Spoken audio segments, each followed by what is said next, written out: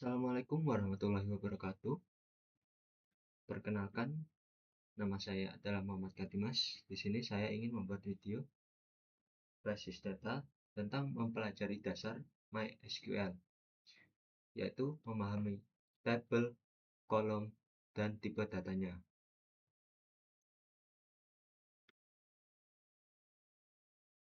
Baik, yang pertama itu setiap aplikasi yang andal dimulai dengan fondasi data yang kuat. Nah, di sini kita akan membahas 3 pilar utama yang memastikan kinerja dan integritas data dalam MySQL, yaitu tabel, kolom, dan tipe data. Tabel berfungsi sebagai wadah logis dan membangun relasi. Kolom menetapkan atribut data dan struktur, sementara tipe data seperti desimal untuk uang atau varchar untuk nama adalah kunci penentu akurasi, efisiensi penyimpanan, dan kecepatan query. Tujuan kita adalah menguasai fondasi ini untuk merancang database skema yang optimal dan scalable, menghindari masalah kinerja data di masa depan. Nah, apa itu MySQL? MySQL adalah Relational Database Management System atau RDBMS terkemuka. Konsep relasional yang artinya data disimpan dalam tabel yang terstruktur dan saling terkait. Struktur tabel, kolom, dan pemilihan tipe data yang tepat secara langsung mempengaruhi kecepatan query atau pencarian data dan seberapa besar basis data dapat tumbuh di masa depan. Dan juga memastikan bahwa data di basis data akurat, konsisten, dan dapat dipercaya, yang dijamin melalui penentuan tipe data dan constraint yang ketat pada setiap kolom. Nah, struktur database di MySQL itu ada yang pertama yaitu tabel, representasi dari sebuah entitas di dunia nyata, misalnya entitas pelanggan, pesanan, atau buku. Tabel ini adalah unit tempat data aktual disimpan. Yang kedua ada baris atau row, satu set data lengkap yang mewakili satu instansi entitas. Contoh, satu baris data mewakili satu orang pelanggan lengkap dengan semua atributnya. Yang terakhir ada kolom atau field. Ini mendefinisikan atribut spesifik dari entitas tersebut. Setiap kolom memiliki nama unik dan harus tunduk pada tipe data yang telah ditentukan. Selanjutnya adalah peran utama tabel. Nah, yang pertama itu struktur dan wadah untuk data atau entitas. Tabel adalah unit organisasi utama yang menyimpan semua data di dalam MySQL. Setiap tabel mewakili satu entitas tunggal, misalnya karyawan dan produk. Tabel mengelompokkan semua kolom atau atribut yang relevan untuk entitas tersebut. Yang kedua ada membangun relasi. Tabel adalah fondasi untuk menghubungkan data satu sama lain menggunakan primary key dan foreign key. Ini memastikan data di seluruh basis data saling terkait secara logis. Yang ketiga ada memaksakan integritas.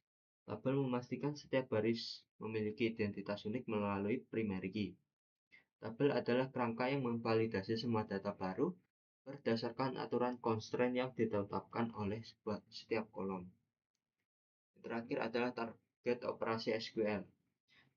Tabel adalah target dasar dari semua perintah SQL, select, insert, update. Tabel adalah unit yang diindeks untuk meningkatkan kecepatan pencarian data. Selanjutnya adalah peran dari kolom. Yang pertama ada pendefinisi atribut. Kolom adalah atribut spesifik yang mendefinisikan sifat entitas, misalnya nama, harga, dan tanggal lahir. Mereka memberikan arti atau label pada setiap nilai data di dalam baris. Yang kedua, ada penentu tipe data. Kolom adalah tempat untuk menetapkan tipe data, integer, varchar, date yang harus dipatuhi oleh semua nilai di kolom tersebut. Ini menjamin validasi data awal dan efisiensi penyimpanan data. Yang Ketiga, ada penegak integritas data. Kalau memaksakan batasan atau constraint seperti not null, data wajib diisi dan unik, nilai harus berbeda. Kolom tertentu berperan sebagai kunci utama atau primary key untuk unik identifikasi unik setiap baris. Selanjutnya adalah peran utama tipe data. Yang pertama ada validasi dan integritas data. Tipe data memastikan bahwa hanya data yang sesuai, misalnya angka di kolom harga, tanggal di kolom tanggal lahir yang dapat dimasukkan. Ini menjaga integritas data dengan mencegah kesalahan format yang mendasar. Setelah itu, yang kedua ada efisiensi penyimpanan dan kinerja. Tipe data mengalokasikan ukuran memori dan ruang disk yang dibutuhkan, misalnya tiny integer lebih kecil dari big integer. Memilih tipe data yang paling kecil dan spesifik akan menghemat sumber daya dan mempercepat query. Ketiga, ada mendukung operasi yang benar. Tipe data memungkinkan MySQL melakukan operasi yang benar. Operasi matematika hanya bisa dilakukan pada tipe data numerik, dan operasi waktu hanya pada tipe data tanggal atau waktu. Yang terakhir ada penentuan format data. Tipe data menentukan bagaimana data akan ditampilkan dan disimpan di belakang layar, misalnya desimal, menjamin presisi tetap, sementara timestamp mengikuti zona waktu. Nah, di sini ada pemilihan tipe data. Ini kenapa penting? Karena yang pertama itu efisiensi penyimpanan. Memilih tipe data yang lebih kecil, misalnya tiny integer dibandingkan big integer, menghemat ruang disk dan memori saat data dimuat, yang secara langsung meningkatkan kecepatan pemrosesan. Yang kedua ada validasi data. Tipe data memastikan hanya data yang sesuai yang bisa masuk. Misalnya Anda tidak bisa memasukkan teks ke kolom yang tipenya dat. Terakhir adalah operasi matematis. Memastikan bahwa operasi matematika, penambahan, dan pengurangan hanya dilakukan pada kolom yang memang bertipe numerik yang sesuai. Selanjutnya ada jenis-jenis tipe data. Jenis-jenis tipe data ini terbagi menjadi 3 kategori. Yang pertama ada angka, kedua ada string atau alfanumerik, dan yang terakhir ada tanggal dan waktu. Nah, untuk yang pertama kategori angka atau numerik ini, kategori ini digunakan untuk semua jenis nilai angka, baik bilangan bulat, integer, maupun bilangan desimal atau pecahan. Contohnya, integer. Integer ini mencakup bilangan bulat standar yang jumlahnya sangat besar. Nah, ini biasanya digunakan dalam kuantitas barang, ID non-otomatis, dan atau skor permainan. Selanjutnya ada desimal.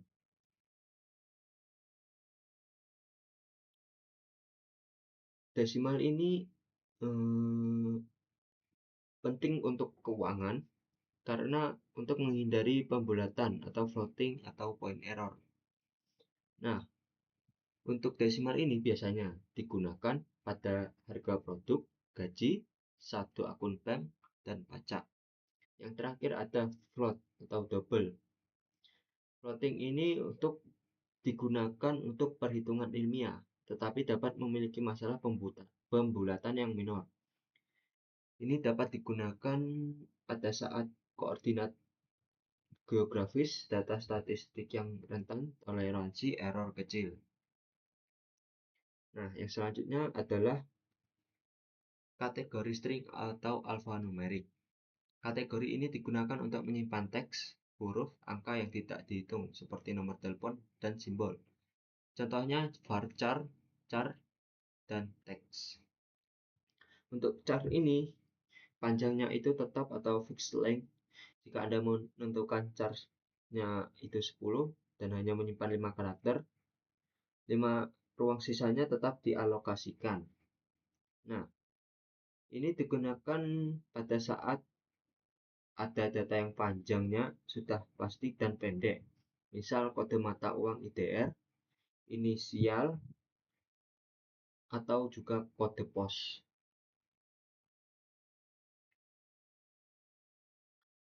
Selanjutnya adalah varchar. Varchar ini panjangnya bervariasi. Hanya menggunakan ruang yang diperlukan ditambah 1-2 byte tambahan untuk menyimpan panjang string paling digunakan. Ini digunakan pada saat menyimpan nama lengkap, username, alamat, atau judul. Terakhir adalah teks. Nah, teks ini untuk penyimpanan teks yang sangat panjang, memiliki batasan penyimpanan yang lebih besar, hingga 65.535 karakter untuk teks biasa. Nah, teks ini biasanya digunakan pada saat untuk membuat data komentar, deskripsi produk yang detail, atau isi artikel blog.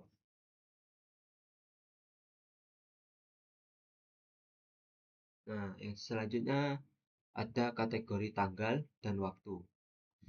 Di kategori ini memastikan data waktu dan tanggal disimpan dalam format yang terstruktur, memungkinkan pencarian dan pengurutan kronologis. Contohnya adalah date yang mengandung hanya tanggal seperti hari, tahun, dan juga bulan. Ini digunakan biasanya untuk tanggal lahir dan tanggal kadaluarsa. Nah, untuk time itu digunakan hanya waktu seperti jam, menit, dan juga detik. Nah, kalau untuk digunakan ya biasanya itu digunakan pada saat jam operasional atau durasi sesi. Yang selanjutnya adalah datetime. Ini isinya adalah kombinasi tanggal dan waktu, dan juga ini biasanya digunakan pada saat waktu pemesanan, waktu submit laporan, dan juga yang terakhir ada timestamp. Nah, ini mirip datetime, tapi sering digunakan untuk melacak kapan baris data dibuat atau terakhir diubah. Nah, nilainya disimpan sebagai jumlah detik sejak 1970 dan sensitif terhadap time zone. Nah, ini digunakan biasanya sebagai pelacakan perubahan data audit trial. Nah, yang selanjutnya adalah studi kasus dan implementasi.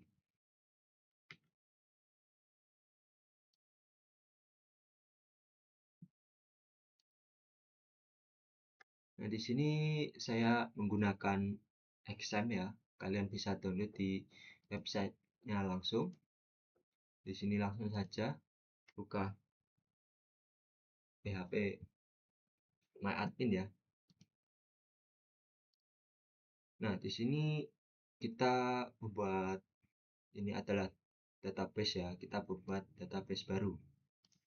Kita misalkan saja tadi kan nah, ada sebuah toko retail kecil yang ingin mengkonversi pencatatan stok dan penjualan harian dari buku besar dan nota kertas ke sistem basis data MySQL. Tujuannya adalah melacak sisa stok real time dan menghitung total penjualan dengan akurat.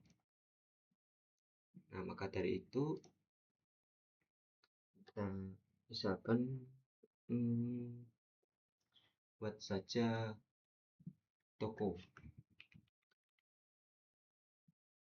Baik, sudah kita buat. Nah, di sini kita langsung disuruh membuat tabel. Kita misalkan saja kita buat tabel produk. Nah, ini untuk kolomnya. Kalian bisa juga menambahnya langsung dari sini. Nah, atau bisa ditambahkan nanti jika misalnya butuh kolom yang baru. Nah, ini kita buat. Nah, di sini kita mengisi untuk nama-nama kolomnya dan juga tipe-tipe datanya. Misalkan saja di sini kode kode SKU. Terus di sini misalkan nama barang. Terus yang ini kita kasihkan harga jual.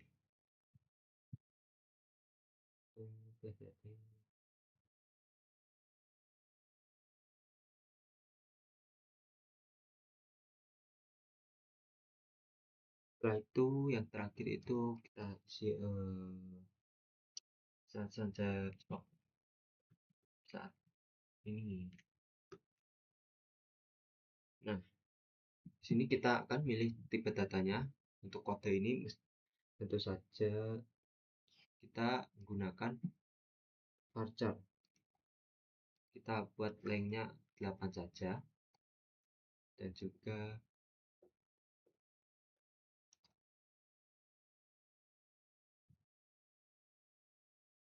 nah ini kita buat primary key ya.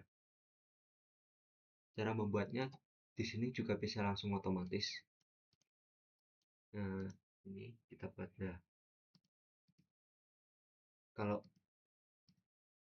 ini artinya auto increment ya, jadi pada saat data dibuat itu kodenya langsung random, bukan kita yang menentukan.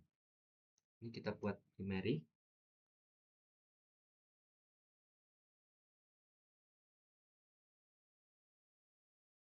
Setelah itu nama barangnya ini kita buat varchar juga, lengthnya 150.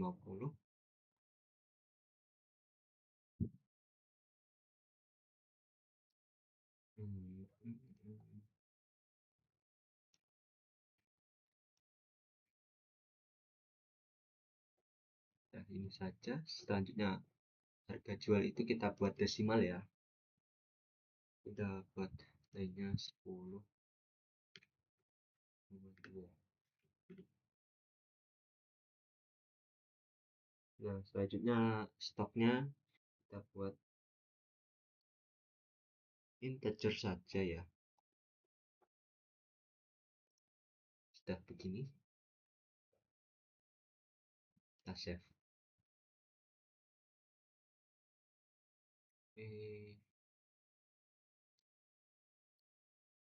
Maaf ya teman-teman, ini sepertinya harusnya ini kita buat integer saja. Coba. Nah, ini bisa.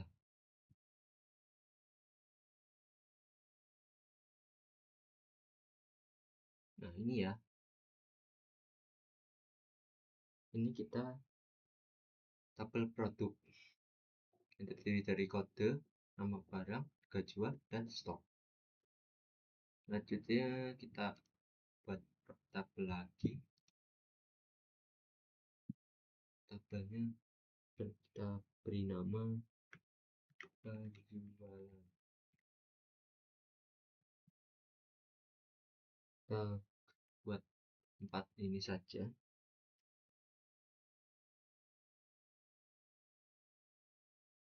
Ini ID transaksi.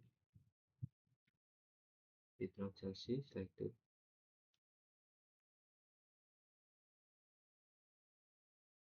kode SKU. Ini kita buat foreign key ya, yaitu jumlah beli.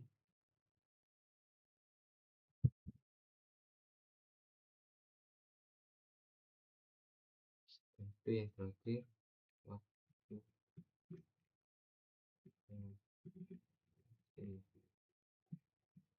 intinya itu kita buat integer dan juga primary key untuk increment. SKU nya itu kita buat foreign key, nanti kita buat ya jumlah belinya ini kita buat ini integer saja, dan ini kita buat date and time. Date time ya, seperti itu.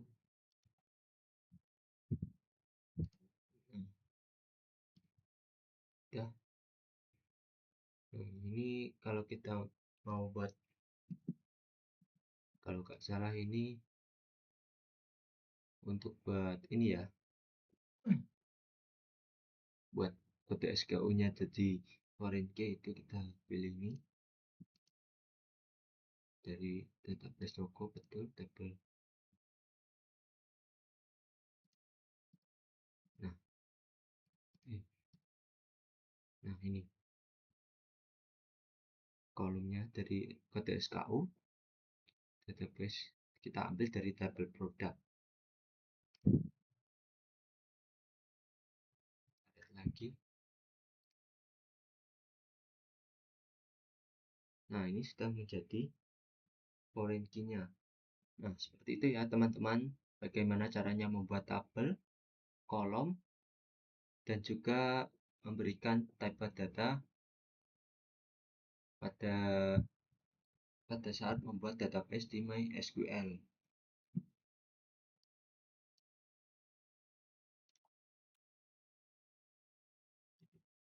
Nah, dari kesimpulan tadi, inti dari mempelajari MySQL adalah terletak pada penguasaan fondasi strukturalnya. Kita telah melihat bahwa tabel adalah unit organisasi logis, kolom adalah penentu atribut, dan tipe data adalah kunci yang menjamin akurasi dan efisiensi sistem. Keputusan dalam memilih tipe data, apakah itu menggunakan desimal untuk integritas keuangan atau memilih tiny integer untuk penghematan ruang secara langsung, memengaruhi kinerja query dan skalabilitas jangka panjang. Oleh karena itu, prinsip utama adalah selalu pilih tipe data terkecil dan paling spesifik yang dibutuhkan. Dengan menerapkan fondasi yang kuat ini, kita dapat membangun database skema yang kokoh, andal, dan siap menghadapi kebutuhan data di masa depan. Nah, untuk referensinya, saya ambil dari sini.